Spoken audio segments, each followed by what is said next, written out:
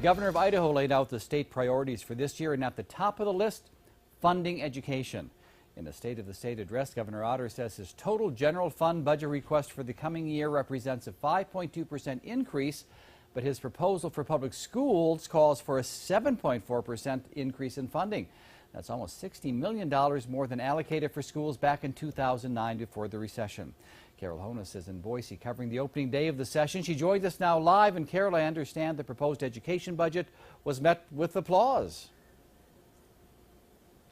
Jay, I'm telling you, I don't know that I've ever, in all the years I've covered the legislature, watched both sides of the aisle hear something in the State of the State they so completely agreed with. This is a huge budget jump for education in anybody's history. So that was really good news. But some of the other things that the governor talked about that people were really listening to is a new critical benchmark.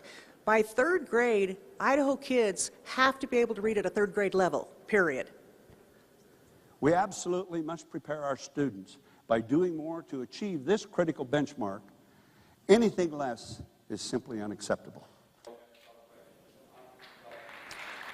And the governor says he's committed to the Idaho Education Network. It must be funded in full. The kind and the quality of courses and the levels of instruction provided by the IEN truly is staggering. I believe in its value that its value is beyond question. The IEN is an asset that must be maintained.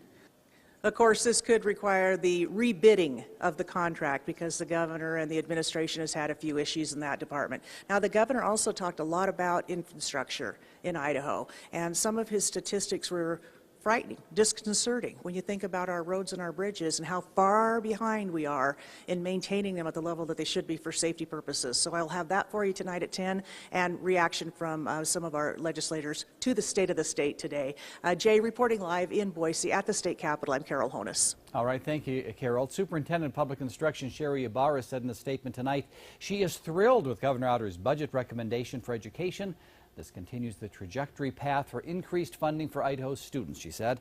Ibarra is scheduled to make her proposed budget presentation to the Joint Finance Appropriations Committee, or JFAC, on January 29th.